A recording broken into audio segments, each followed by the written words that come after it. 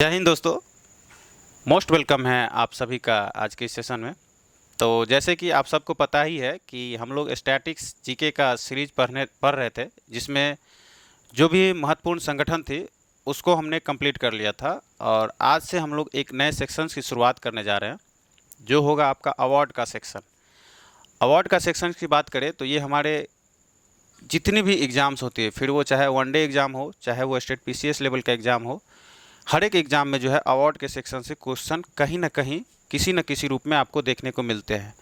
तो इसी अवार्ड के सेक्शन में हम लोग आज पहला टॉपिक लेके चल रहे हैं, जो है हमारा नोबेल पुरस्कार। नोबेल पुरस्कार के बारे में बात करेंगे आज हम लोग, और इसका विस्तृत अध्ययन करेंगे कि नोबेल पुरस्कार कब दिया जाता है, क्यों दिया जाता है, कितना राशि दिया जाता है, किसको किसको भारत में अब तक मिला है, उन सभी को हम लोग देखते हैं आज की इस वीडियो में। तो चलिए शुरुआत करते हैं। तो आप सबको पता ही होगा कि नोबेल अवार्ड जो है वो एक व्यक्ति है जो कि बहुत बड़े साइंटिस्ट थे, अल्फ्रेड नोबेल। उसी की याद में जो है 1901 ईस्वी से लेके प्रत्येक वर्ष 10 दिसंबर को दिया जाता है। अब 10 दिसंबर को क्यों दिया जाता है वो हम लोग ज़रा देख लेते हैं। तो यहाँ देखिए, अल्फ्रेड नोबेल का जन्म हुआ था 23 अक्टूबर 1833 को स्वीडन की राजधानी स्टॉकहोम में, ठीक है। और इसकी जो मृत्यु है वो 10 दिसंबर 1896 को हुआ था। यही रीज़न है कि प्रत्येक वर्ष 10 दिसंबर को जो है वो नोबेल प्राइज़ दिया जाता है। इसी में जो होता है, नोबेल प्राइज़ दिया तो जाता है 10 दिसंबर को, लेकिन ये जो सूची जारी किया जाता है वो इसके जो डेट ऑफ बर्थ है 23 अक्टूबर, तो अक्टूबर के महीने में जो है वो नोबेल प्राइज़ किसको किसको देना है उन सब के लिए सूची जारी किया जाता है वो अक्टूबर के महीने में ही, और दिसंबर में जो है वो दे दिया जाता है। अब हम लोग बात करते हैं अल्फ्रेड नोबेल की याद में जब दिया जाता है, तो अल्फ्रेड नोबेल ऐसा कुछ तो ज़रूर किए होंगे जिसके याद में इतना बड़ा अवार्ड दिया जाता है। तो अल्फ्रेड नोबेल ने ऐसे तो बहुत सारे आविष्कार किए, चूँकि वो साइंटिस्ट थे, लेकिन उसका सबसे बड़ा आविष्कार था 1867 ईस्वी में डायनामाइट की खोज किया। अल्फ्रेड नोबेल ने डायनामाइट की खोज किया। यहाँ से आपका क्वेश्चन भी बन सकता है कि अल्फ्रेड नोबेल ने डायनामाइट की खोज कब किया, तो वो किए थे 1867 ईस्वी में, ठीक है। इसी वजह से इसको इसी के नाम पे जो है वो नोबेल प्राइज़ दिया जाता है। अब हम लोग आगे देख लेते हैं। नोबेल पुरस्कार प्रदान किए जाते हैं, मैंने लिख ही दिया 10 दिसंबर। और इसमें टोटल अमाउंट की बात करें कितना दिया जाता है, तो 10 लाख डॉलर, जो हमारे इंडियन रुपीज़ के हिसाब से देखें तो 8.5 करोड़ रुपये जो है वो दिए जाते हैं जो व्यक्ति इसमें जिसको दिया जाता है उसको। अब हम लोग बात करें इसकी, तो जब ये नोबेल प्राइज़ शुरुआत हुआ था उस टाइम पे ये जो है मरणोपरांत व्यक्ति को भी दिया जाता था, और जो जीवित व्यक्ति होते थे उन दोनों को दिया जाता था। लेकिन हुआ क्यों कि 1974 के बाद ये नोबेल प्राइज़ सिर्फ जीवित लोगों को ही दिया जाता है। अब ये नोबेल प्राइज़ मरणोपरांत जो है किसी को नहीं दिया जाता है, तो इसको भी आप लोग याद रखिएगा। बात करें इस नोबेल प्राइज़ को, तो जब ये शुरुआत हुआ 1901 ईस्वी से, तो ये पहले शुरुआती क्षेत्र में 5 क्षेत्र में ही दिए जाते थे। अब वो 5 क्षेत्र कौन कौन से हैं, 5 सेक्टर जिसको बोल सकते हैं इंग्लिश में, उसको हम लोग देख लेते हैं।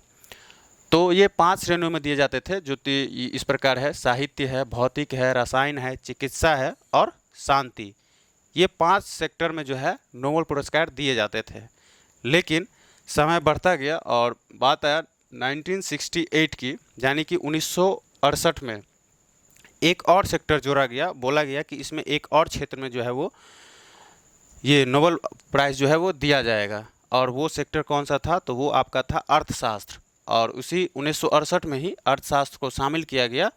और ठीक एक साल बाद 1969 में रैगनर फ्रिस्क एंड जो एक और व्यक्ति है जॉन टिम्बरेग, इन दोनों व्यक्ति को जो है वो नोबेल पुरस्कार दिया गया पहली बार अर्थशास्त्र के क्षेत्र में, ठीक है। तो इसको आप लोग याद रखिएगा।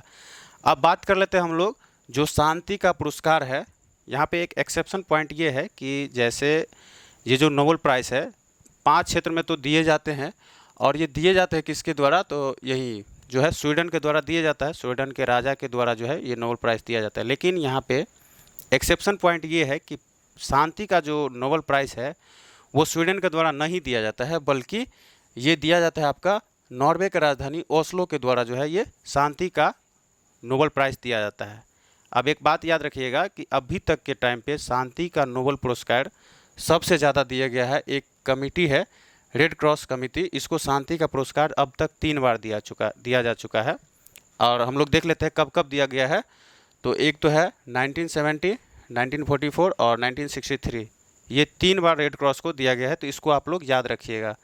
अब जो है हम लोग देख लेते हैं नोबेल पुरस्कार जो है वो भारत में कितने लोगों को अभी तक दिया जा चुका है और वो लोग कौन कौन से थे और किस किस क्षेत्र में नोबेल प्राइज़ जो है उन लोगों को दिया गया था। तो हम लोग अब उसको देख लेते हैं।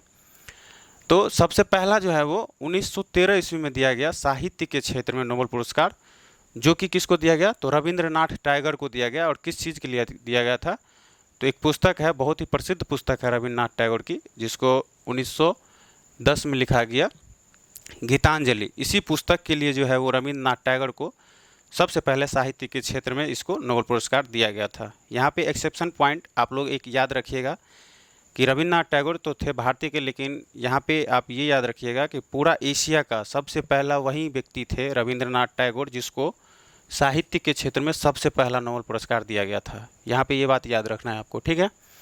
अब जो दूसरे व्यक्ति थे वो कौन थे, तो वो है सी.वी. रमन। सी.वी. रमन की बात करें तो इसको भौतिक के क्षेत्र में दिया गया था नोबेल पुरस्कार। और भौतिक के क्षेत्र में किस लिए, तो रमन प्रभा की खोज के लिए इसको दिया गया था सी.वी. रमन को। यहाँ से एक क्वेश्चन और बन सकते हैं कि बताइए कि भारत में सबसे पहले विज्ञान के क्षेत्र में किसको नोबेल पुरस्कार दिया गया था। यहाँ पे बहुत सारे लड़के क्या गलती करते हैं, तो वो यानी ये जो है हरविंद खुराना को मार देते हैं। याद रखिएगा, हरविंद खुराना को पहली बार नहीं दिया गया था सी.वी. रमन को, जो कि रमन प्रभा के खोज के लिए। उसके बाद जो है हरविंद खुराना को दिया गया था। मैंने यहाँ पे लिखा भी है 1968 में हरविंद खुराना को दिया गया, जो कि मेडिसिन के क्षेत्र में यानी कि चिकित्सा के क्षेत्र में। और किस चीज़ के लिए दिया गया था, तो जेनेटिक कोड होता है एक, डीएनए में जो होता है जेनेटिक यानी जीन, उसी का जेनेटिक कोड होता है, उसके क्षेत्र में जब उसी के क्षेत्र में जेनेटिक कोड का जो उसने अध्ययन किया और पता लगाया कि डीएनए में जो है जीन होता है और जीन में ही जेनेटिक कोड होता है, इसके क्षेत्र में इसको जो है वो दिया गया था।